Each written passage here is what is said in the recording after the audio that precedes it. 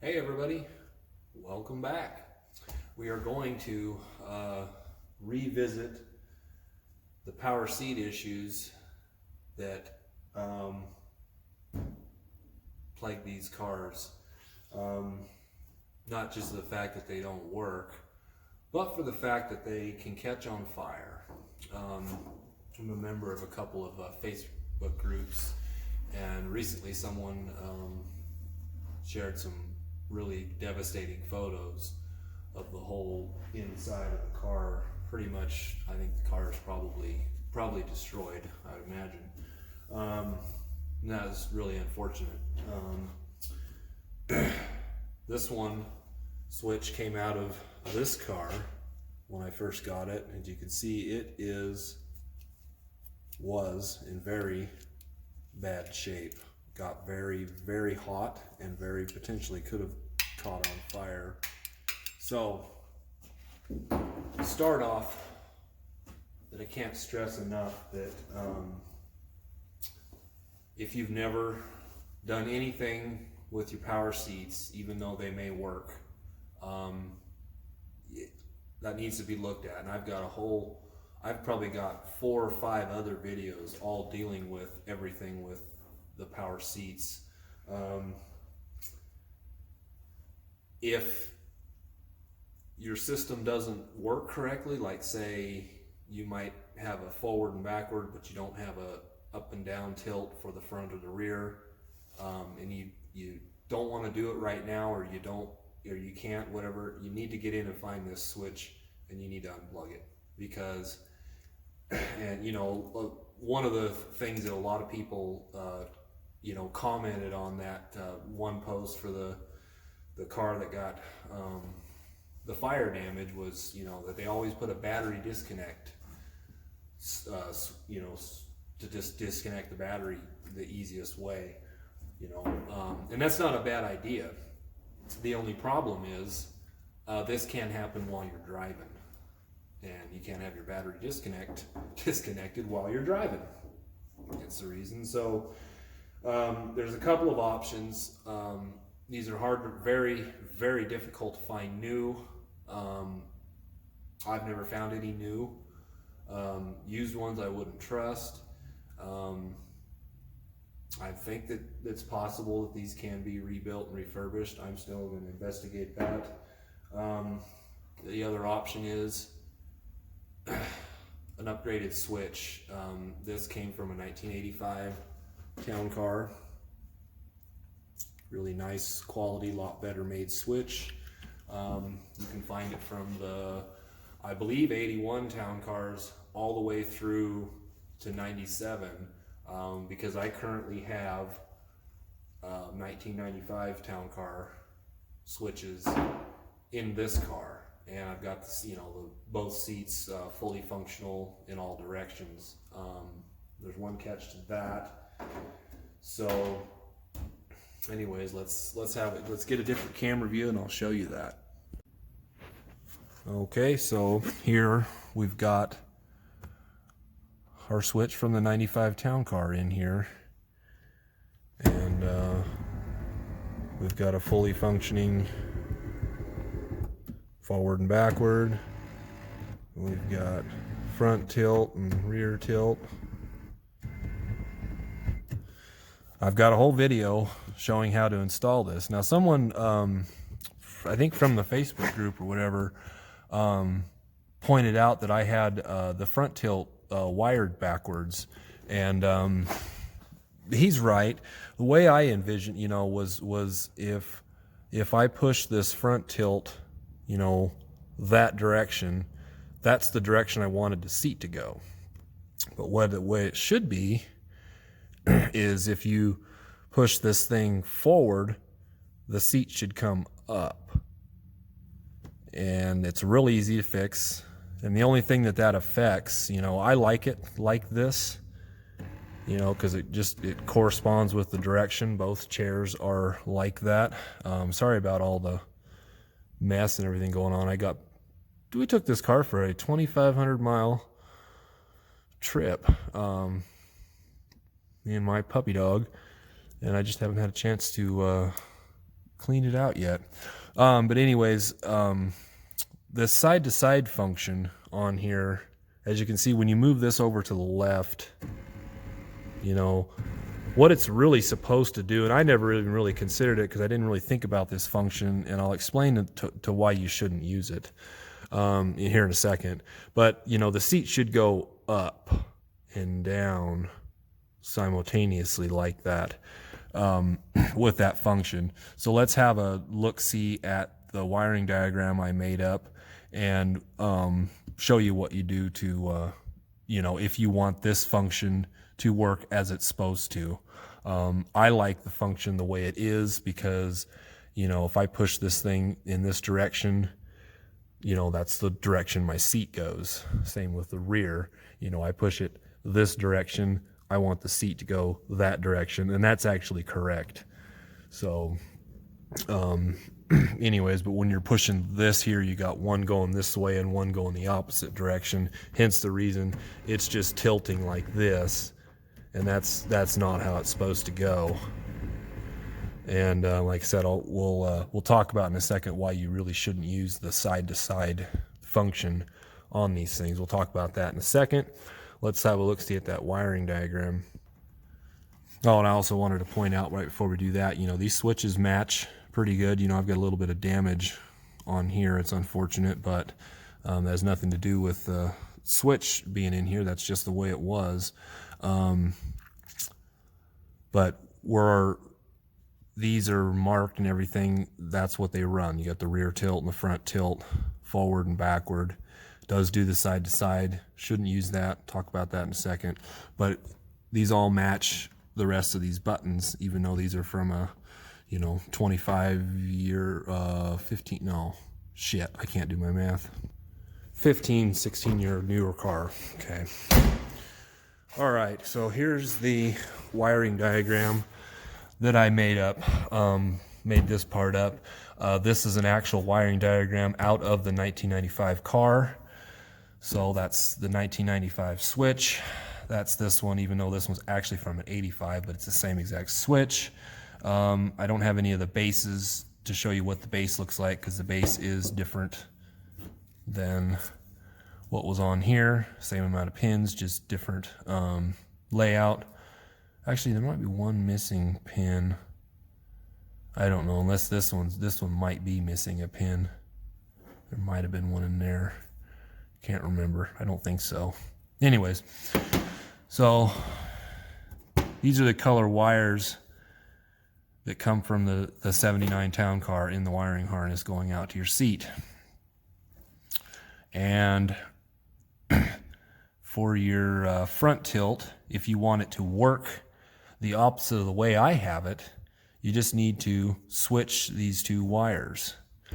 Because your rear tilt, see how it goes with a yellow, blue, and a red wire with a green stripe, and how it goes from a red wire with a blue stripe.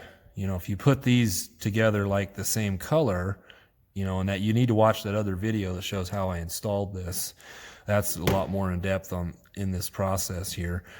You'll see why, because, you know, everything is backwards. And the reason for that is, just to stop here for a second, the way these are installed in this car is, you know, the front's this direction. The way this switch is installed in a 95 town car is it's actually installed like this in the armrest in a different way, but it's totally back. So everything's backwards if you wire it up. All the colors match and everything. You know, these colors match what was in, you know, for that 95 town car switch, but everything's backwards. But this is the wiring diagram to show you how to make this switch work in one of these cars. And what we were talking about before was, you know, the rear tilt needs to be wired like this. The front tilt, in order to make it to what it actually used to be, so that side-to-side function, which you shouldn't use, talk about that in a second. Keep watching. I'll get to it. If you want that to work like it's supposed to, you need to just switch what I have here and go with a yellow needs to go down here with the red and blue. The red wire with the green stripe needs to go here with this yellow with a blue stripe. Kind of matches along the lines with this, and that's why these two things are different, and how I didn't have this part of it exactly right, even though, you know, I'm going to leave it in my car the way it is. Now, to this function of why you really shouldn't use this side-to-side function, because what you're doing, and when these cars were new and everything, it probably didn't matter that much because you know, all the parts were new, but now everything's older and more delicate, and when you move the side-to-side function, what's supposed to happen is they're both supposed to go simultaneously up, simultaneously down. Now, what if you had the seat back here and you had the front tilt almost all the way up and the rear tilt most of the way down, or all the way down? So you use the side-to-side function, whole seat goes up until the front up here reaches the end of its travel, and then it has to stop because it can't go any farther, and it still continues to go up. What you're doing here, and it's unnecessary, is you're putting power, because there's no limit switches on any of this stuff. It relies on you letting off the switch. You know, it's not like newer cars nowadays where you can be, you know, driving 80 miles an hour down the freeway and, you know, take your park lever and shift up into reverse or park. Nothing's going to happen because the computer won't let it do it. So you've got this thing, and as it's going up and it reaches the end of its travel on the front, and then it has to wait for the back to come up, you're still putting power on this side, and it's still putting power, and it's putting strain on the motor. That's putting strain on the little cable that are in there. And if you don't know what any of those parts are, go find some more of my other videos to show you how to, you know, troubleshoot and fix all that stuff. And that's why you really shouldn't use the function. So now let's say you know, in the opposite direction, and you had the back part down and the front part up, same as before, and you decided you wanted to lower it. So then the back part goes down, stops because it gets to the end of its travel, and then you have to wait for the front to go down. Well, you're putting power unnecessarily on the back, when the best thing you should do is, if you want the whole seat to go up or down, is just individually do the front till it gets to where it stops, let off of it, and then do the rear tilt when it goes up like this. That's the way, you know, just to be a little bit more delicate with it. That's it's just my opinion, but I've seen enough and worked on a lot of these power seat systems, a lot of it in this car, because this car had buku amount of problems. It's a really nice car. It's not very clean right now, apologize, but it as far as everything functions, we went on that 2,500 mile trip, did not have a single mechanical issue. It's all original, just turned over to 90,000 miles, and everything functions right. We had cruise control. We didn't need AC but we had good heat, and all the lights, wipers, wiper wash. I mean, everything works in this car. Everything works in this car. And the power seats were the only thing that had the huge problem. And it doesn't matter how many miles are on these cars, it's the age that usually has to deal with that, and how much, you know. And I don't move my seats around when I'm driving locally around here. I hardly ever move them, but I did move them a couple times on that trip, you know, and it was kind of nice that the system worked. And so I just want to reiterate that if your seats don't fully function, and you don't have time right now, and you can't look at it right now, unplug them. Just go in there and unplug them. And I've got videos to show how to take that apart, how to pull this out, and all you do is just take a couple of screws out and pull that plug off the back side of your switch. You know, get your seat in the position you want, however much you can, and unplug it, and then, you know, that could be fine. If you don't want to fix it, if you don't ever move your seats around, that could be totally doable. But if you want to fix it, it needs to be fixed, because they're gonna bite you in the ass one of these times. Like I said, this switch came out of this car on the driver's side, got very, very hot, melted all of this plastic or you know, kind of shrink wrap type stuff off of here. These don't, oh man, it takes a lot of force to even get them to work, and there's just lots of corrosion inside. This don't even hardly work. And you know, when I first got this car, the seat had gone forward, but it wouldn't go back because of a bad cable. The cable was what was bad, keeping it from going back, because it was all twisted around. And I don't know if I got that cable here or not. Yeah, here it is. It had some damage here. Focus. And then it got all balled up